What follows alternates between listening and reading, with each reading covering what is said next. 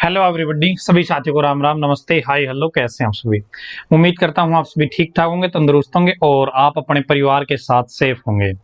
दोस्तों, न्यूज़पेपर में लगातार रोजगार के मुद्दे पर बात हो रही है और धरातल पर बात कैसे हो रही है, क्या कुछ हो रहा है और आज क्या न्यूज़पेपर में रोजगार से जुड़ी बातें आई हैं हरियाणा में, तो आप इस वीडियो को लास्ट तक देखते रहिए यदि आप ये जानना चाहते हैं तो दोस्तों, और चैनल को सब्सक्राइब कर सकते हैं यदि आप लगातार हर प्रकार की भर्ती की जानकारी अपने मोबाइल पर फ्री में पाना चाहते हैं तो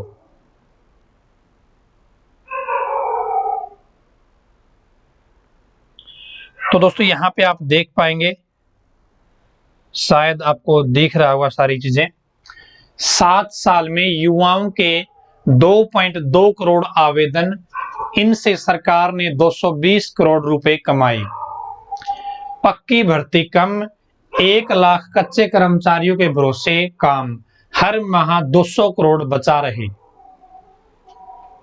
बेरोजगारों को महंगी पड़ रही नौकरी की तलाश, सरकार नौकरी कम दे रही, खजाना ज्यादा भर रही है। पूरी न्यूज पढ़ेंगे दोस्तों। नौकरी की तलाश, बेरोजगार युवाओं की जेब पर भारी पड़ रही है।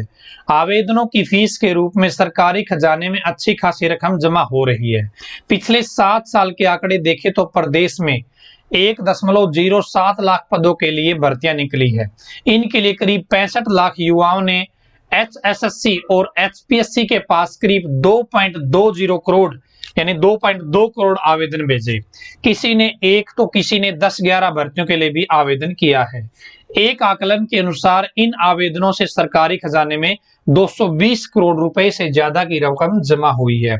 आवेदनों की फीस के तौर पर मिलने वाला पैसा कमीशन या विभागों के खाते में जाने के बजाय सीधा सरकारी खजाने में जाता है। हम कई बार बोलते हैं कि भाई HSSC पैसे लूट रही है, HSSC पैसे लूट रही है, तो वो खजाना भाई सरकार के पैसे में सीधा जाता है। दूसरी तरफ पक्के कर्मचारियों की जगह विभागों में कच्चे कर्मचारियों से काम चलाकर भी सरकार वेतन भत्ते के रूप में हर महीने मोटी रकम बचा रही है। प्रदेश में आउटसोर्सिंग पॉलिसी 1 और 2 के तहत 1 लाख से ज्यादा कर्मचारी काम कर रहे हैं। औसतन इनका वेतन करीब 200 करोड़ रुपए बनता है, जबकि इनकी जगह पक्के कर्मचारी होते तो करीब 400 करोड़ रुपए खर्च करने पड़ते इन्हें। ठीक है, आगे और क्या बताया है देखिए। यहाँ पे कुछ चीजें और भी बताई गई हैं, कौन से डिपार्टमेंट में कितने पद खाली है वो भी आप यहाँ पे थोड़ा सा देख पाएंगे दोस्तों। यहाँ पे हम पुलिस विभाग की बात करें, टोटल 71,000 पद मंजूर हैं, 20,000 पद खाली पड़े हैं। स्वास्थ्य विभाग की बात करें तो 23,000 पद हैं, 9,000 पद खाली पड़े हैं। शिक्षा विभाग में बात करें तो 1,15,000 पद मंजूर हैं, 34,000 पद खाली पड़े हैं। वन विभाग में 4500 पद है, 1800 पद खाली पड़े हैं। बिजली विभाग में 3500 पद मंजूर है, 5,000 पद खाली पड़े हैं। रोडवेज में 22,000 पदों पे मंजूरी दे रखी है, लेकिन 6500 पद आज भी खाली पड़े हैं। और ये जो आंकड़े जुटाए गए हैं, ये विधानसभा में मंत्रियों के द्वारा जो स्टेटमेंट दी गई है उनके द्वारा, या जो इनकी प्रधान यूनियन वगैरह होती है उनके द्वारा बोले गए वर्ड यहाँ पे बताए गए हैं इस न्यूज़पेपर में। ठीक है, यहाँ पे सरकार जितनी भर्ती कम कर रही उससे अधिक हुए रिटायर। सरकार भर्ती कम कर रही है, रिटायर ज्यादा हो रही हैं। उनका काम जो रिटायर होने के बाद जो काम चल रहा है वो कच्चे कर्मचारियों के साथ चल रहा है भाई, आउटसोर्सिंग पॉलिसी के तहत जो काम कर रहे हैं, या ठीक है ठेकेदार के रूप में काम कर रहे हैं। इसके अलावा और देखिए, CET के कारण ग्रुप C और D की फीस बढ़ाई। पहले ग्रुप D की फीस भाई 15, 20, 25, 30 रुपए होती थी, अब आपकी वहां से 250, 500 रुपए फीस लगने लग गई है। 7.46 लाख आवेदनों से करीब 26 करोड़ रुपए फीस जमा हो चुकी है। CET का शायद आपने फार्म भर दिया होगा, नहीं भरा होगा तो भरने वाले जरूर होंगे। तो यहाँ पे 7.5 लाख फार्म भरे जा चुके हैं, 26 करोड़ रुपए इकट्ठे हो गए हैं हरियाणा सरकार के पास केवल इनसे। क्लास 1 और क्लास 2 के 250 से 1000 रुपए फीस। जो HPSC फार्म रहती है उनमें क्लास 1 और क्लास 2 के 17 के अफसरों के पदों के लिए दिव्यांगों के लिए कोई फीस नहीं है, लेकिन सरकार आरक्षित वर्ग के लिए 250 रुपए, सामान्य वर्ग के लिए 1,000 रुपए फीस युवाओं से लेती है। 25 से 30,000 तक एक युवा को खर्च करना पड़ता है भाई, उसको कोचिंग सेंटर में जाना पड़ता है, उसको फार्म भरना पड़ता है, उसका आने जाने का जो खर्चा है वो लगता है। यानी कि एक पद पर एग्जाम देने तक लगभग 25 से 30,000 युवा खर्च करता है। लेकिन आजकल तो चीजें बहुत आसान हो गई है, आजकल चीजें बहुत आसान हो गई है दोस्तों। यहाँ पे किसी का एक पूनम देवी है, 11 भर्तियों में फार्म भर चुकी है, महिला के नाते फीस में छूट है, फिर भी आवेदन और पुस्तकों पर 25,000 से ज्यादा खर्च हो चुके हैं। सर जी 2 मिनट रुक जाओ। मंजूरी के इंतजार में 22,000 भर्तियां, ये भरे तो हर माह 66 करोड़ वेतन जाएगा। मास्टर जी 2 मिनट रुक जाओ। यहाँ पे 22,000 पदों पर होने वाली भर्तियां प्रदेश सरकार की मंजूरी के इंतजार में अटकी है। एचएसएससी का ये कहना कि उनके पास 22,000 पदों पे भर्ती आई हुई है, नोटिफिकेशन डालने के लिए बोला गया है, लेकिन वो सीईटी के तहत करनी है या नहीं करनी है, पहले ही करनी है, इस चीज में केवल इस चीज के बेस पर क्या है 22,000 पदों पे भर्तियां है वो अटकी हुई हैं। ठीक है, ये हो जाती है तो नौकरी और युवाओं को मिल जाएगी। 8.77 लाख युवा मांग रहे नौकरी।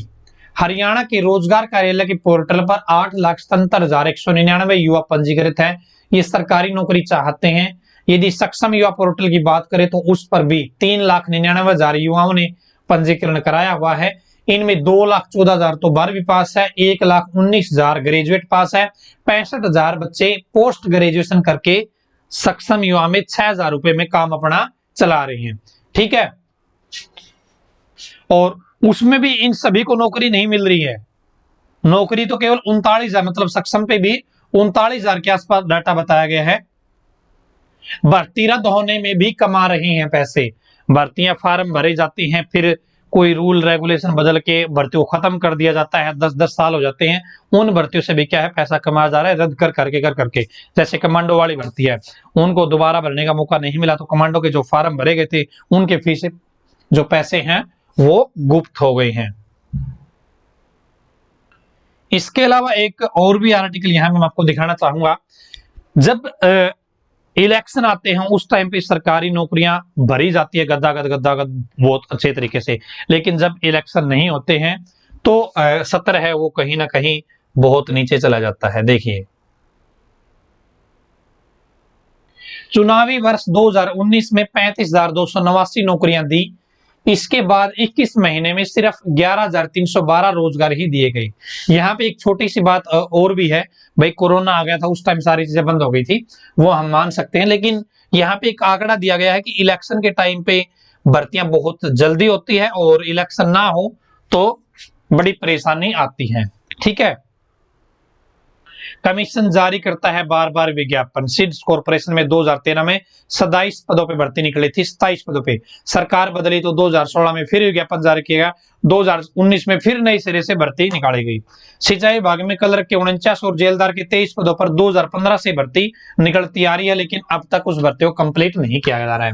यहाँ पे बताया जा रहा है कि एक चीज और मैं आपको बताना चाहूंगा, पिछले 3 साल में दोनों संस्थाओं के संचालन में 458 करोड़ रुपए का बजट खर्च हो चुका है। एचपीएससी और एचएसएससी में 458 करोड़ रुपए का खर्च दोस्तों हो चुका है। 43 भर्तियों में गड़बड़ी की शिकायत, 5 रद्द की जा चुकी है। उनमें से 2019 से अब तक एचपीएससी ने केवल 275 अफसर भर्ती किए हैं। ठीक है, 2016 में जो पक्के कर्मचारी थे वो 3.38 लाख थे, अब केवल 2.85 लाख रह गए हैं। ठीक है, ये दोनों कमीशनों का जो बजट है यहाँ पे बताया गया है। 2019 में 35,000 पदों पर भर्ती हुई, 2020 में 8600 पदों पे, 2021 में 1816 पदों पे भर्ती हुई।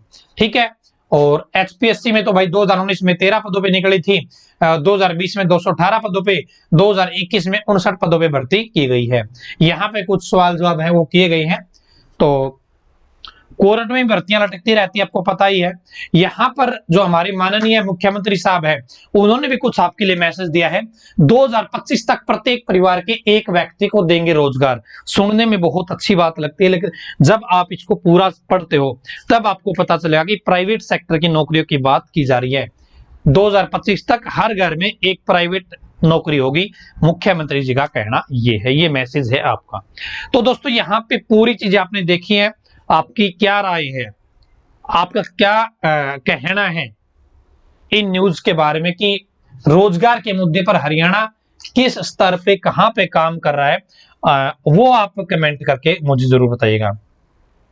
और आगे एचएसएससी के अनेक प्रकार के एग्जाम होने वाले हैं, उन सभी की तैयारी अपने ऐप पर करवाई जाती है, आप कोर्स ज्वाइन कर सकते हैं। इसके अलावा आज फ्री प्रतियोगिता भी है केटीडीटी ऑनलाइन एजुकेशन ऐप पे। हरियाणा जीके की नए प्रश्नों को मिलाकर एक टेस्ट तैयार किया गया है।